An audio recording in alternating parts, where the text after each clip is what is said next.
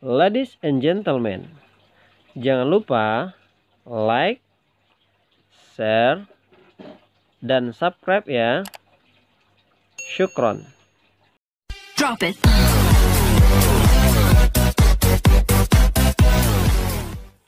Assalamualaikum warahmatullahi wabarakatuh. Saya Hermawenda, mahasiswi UIN Suska Riau semester 5 jurusan Ilmu Hukum. Di sini saya akan menjelaskan materi dari mata kuliah Fikih Jinayah. Materi yang akan saya bahas ada dua. Yang pertama, unsur-unsur jarima al-riddah atau murtad, dan yang kedua, sanksi terhadap pelaku jarima al-riddah atau murtad. Pertama yaitu unsur-unsur jarima al-riddah atau murtad. Menurut Abdul Qadir Auda, jarima murtad meliputi dua unsur. Yang pertama, keluar dari agama Islam lalu menuju kekafiran, dan yang kedua, melawan hukum. Yang pertama, keluar dari agama Islam lalu menuju kekafiran, artinya tidak lagi meyakini bahwa Islam adalah agama yang benar.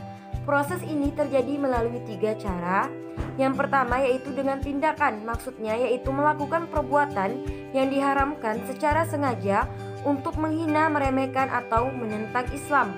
Misalnya menganggap zina, meminum khamar, dan membunuh sebagai perbuatan yang halal dan bukan atas dasar takwil, pemahaman mendalam terdapat dalil Al-Quran dan hadis. Adapun perbuatan kelompok Khawarij yang mencaci maki, mengkafirkan, dan menganggap halal darah sebagian sahabat Nabi tidak membuat mereka dianggap kafir oleh ulama. Mereka tetap dianggap murtad karena mereka melakukan takwil terhadap Al-Quran dan hadis. Sementara itu, Abdul Qadir Auda mengatakan bahwa contoh paling konkret pada masa kini adalah banyaknya pihak yang tidak mau menerima hukum Islam.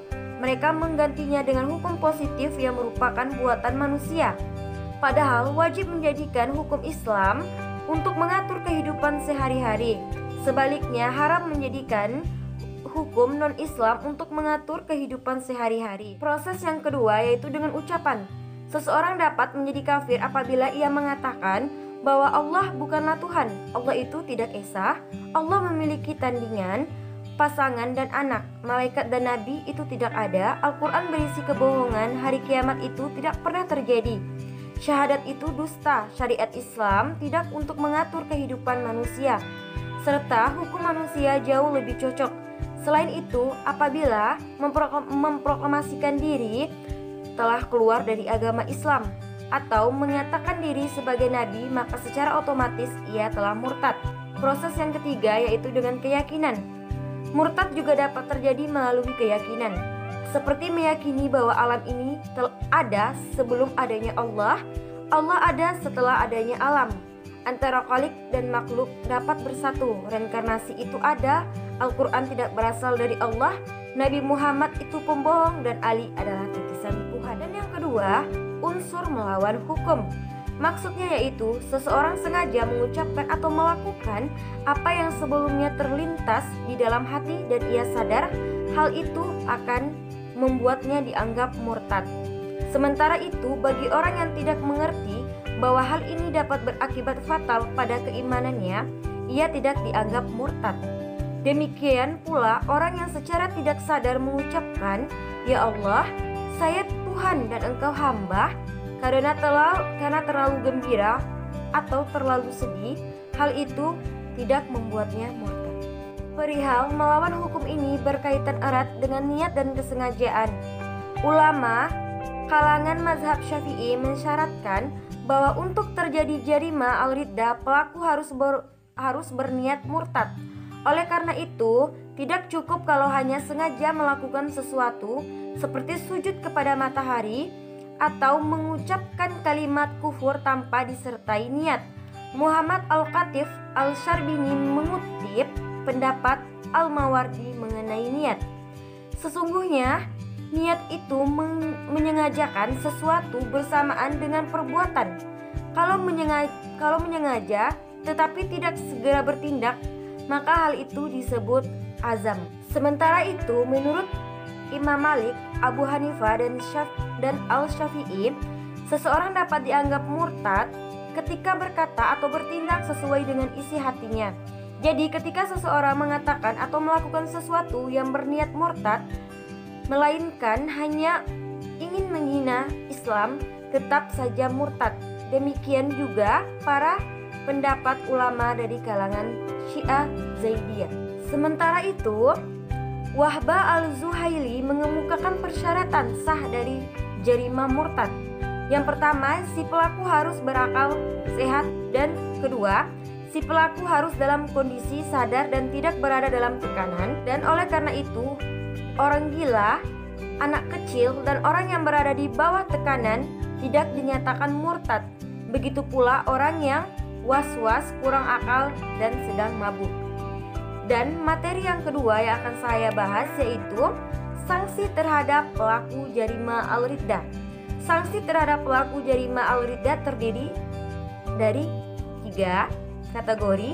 Yang pertama, sanksi asli, kedua, sanksi pengganti, dan yang ketiga, sanksi pelengkap. Yang pertama, sanksi asli, yaitu sanksi asli terhadap pelaku jarima al-riddah adalah dibunuh. Hal ini sebagaimana ditegaskan oleh hadis riwayat Al-Bukhari, Abu Dawud, Al-Tirmizi, dan Al-Nasai yang artinya dari Ibnu Abbas, ia berkata, Rasulullah bersabda, barang siapa yang mengganti agamanya, maka bunuhlah ia. Dengan demikian, hadis tentang hukuman mati bagi orang murtad tampaknya tidak bermasalah dari sisi sanad dan matan. Sehubungan dengan itu, Syekh Muhammad Mutawalli Al-Syahrani berpendapat mengenai ayat Quran surah Al-Isra ayat 33 yang artinya, dan janganlah kamu membunuh jiwa yang diharamkan Allah membunuhnya, melainkan dengan suatu alasan yang benar. Ayat di atas melarang kita membunuh kecuali jika ada alasan yang benar, yaitu yang pertama menghukum pembunuh, dan yang kedua menghukum orang yang murtad, dan yang ketiga menghukum pezina muhsan. Anjuran untuk bertaubat kepada pelaku jarima al-riddah berdasarkan 2 hadis sahih di atas, ulama sepakat bahwa pelaku jarima al-riddah adalah dibunuh. Namun demikian pelaksanaannya tidak boleh serta merta dibunuh. Sebelumnya si pelaku diimbau untuk bertaubat dan kembali ke agama Islam. Jika ia mau bertaubat, darahnya terpelihara. Tetapi jika tidak mau bertaubat, sanksinya adalah hukuman mati. Sementara itu, bagi orang yang bersedia bertaubat, maka diterima taubatnya.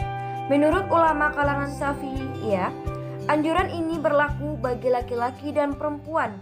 Muhammad Al-Khatib Al-Syarbini mengatakan bahwa wajib menganjurkan taubat bagi laki-laki dan perempuan yang murtad, sebab keduanya dihormati dalam Islam. Tenggang waktu yang tersedia untuk bertaubat bagi pelaku jarima al-riddah. Ulama mazhab Maliki berpendapat bahwa waktu yang tersedia untuk bertaubat adalah 3 hari 3 malam, terhitung sejak pertama kali ia dinyatakan telah melakukan perbuatan jarimah tersebut, bukan sejak pertama kali ia murtad, dan tidak dihitung sejak pertama kali masalahnya diperkarakan secara luas. Di samping itu, permulaan diperhitungkannya juga harus diperhatikan, yaitu harus dimulai sebelum fajar.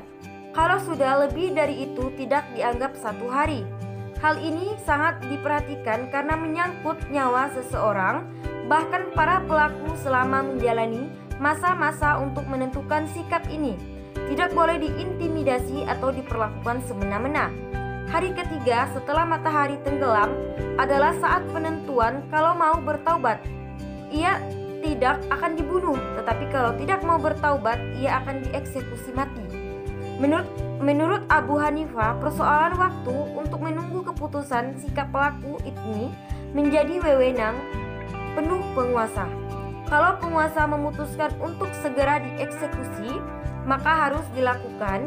Sebaliknya, kalau penguasa ingin memberikan toleransi waktu, maka tersangka akan dieksekusi sesuai dengan waktu yang telah ditentukan.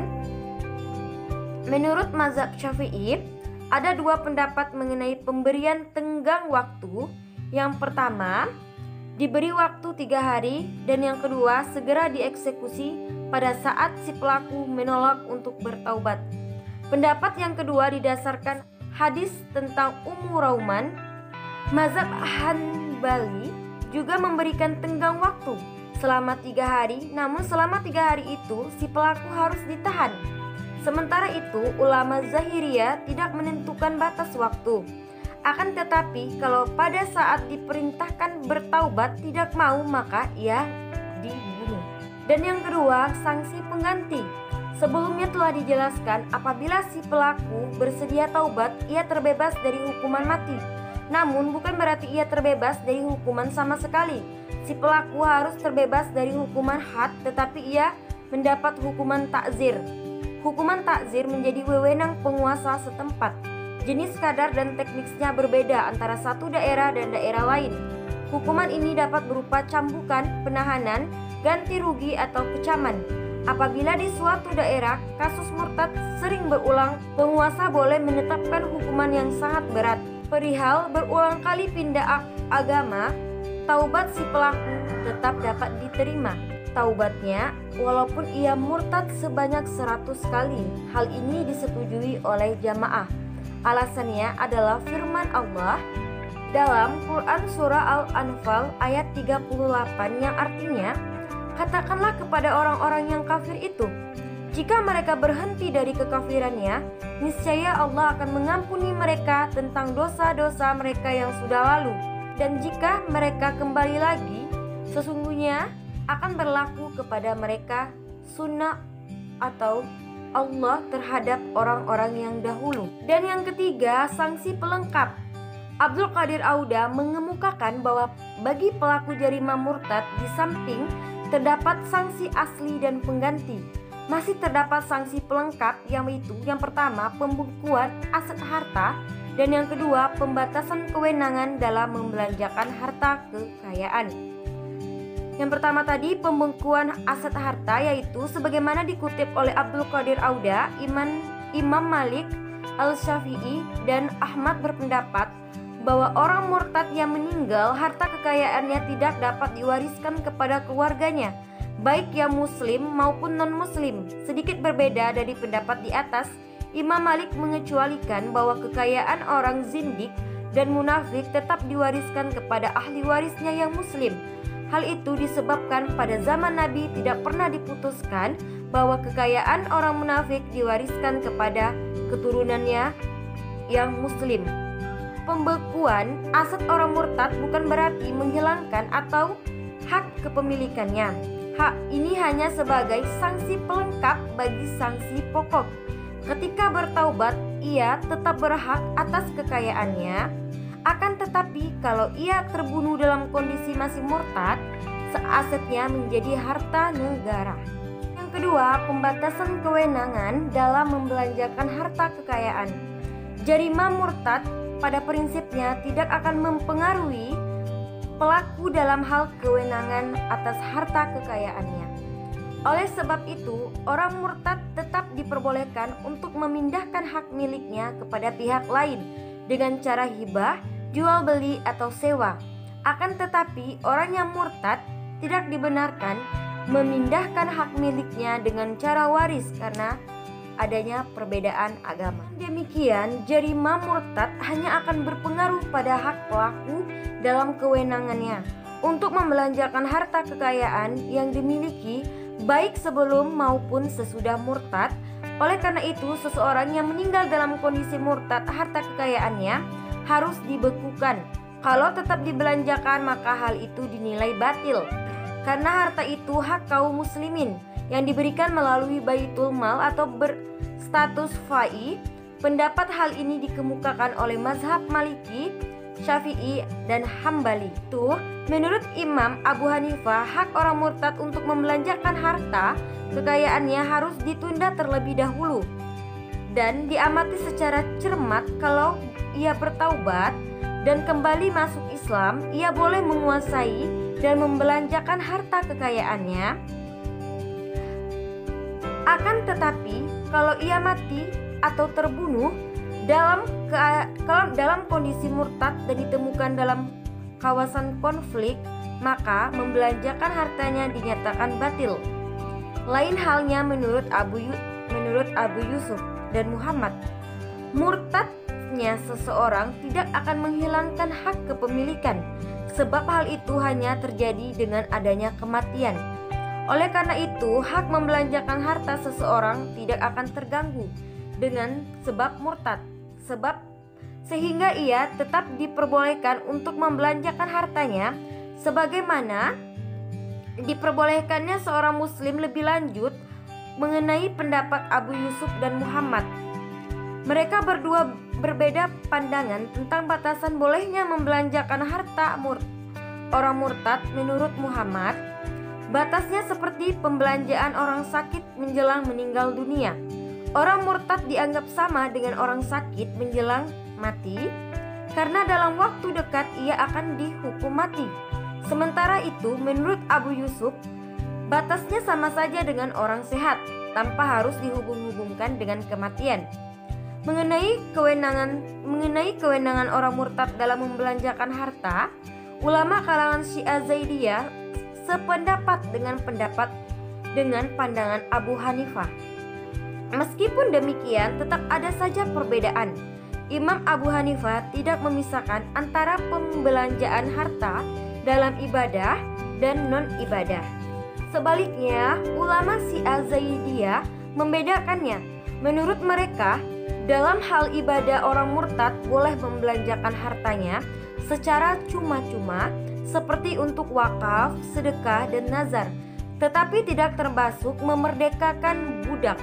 Adapun pembelanjaan harta di dalam hal non-ibadah harus ditunda dahulu dan dilihat perkembangannya. Kalau ia bertaubat, kewenangan untuk membelanjakan hartanya akan kembali, tetapi kalau tidak bertaubat, kewenangannya akan hilang. Itu saja yang dapat saya sampaikan. Lebih dan kurang mohon maaf. Wabillahi taufiq wal hidayah. Wassalamualaikum warahmatullahi wabarakatuh.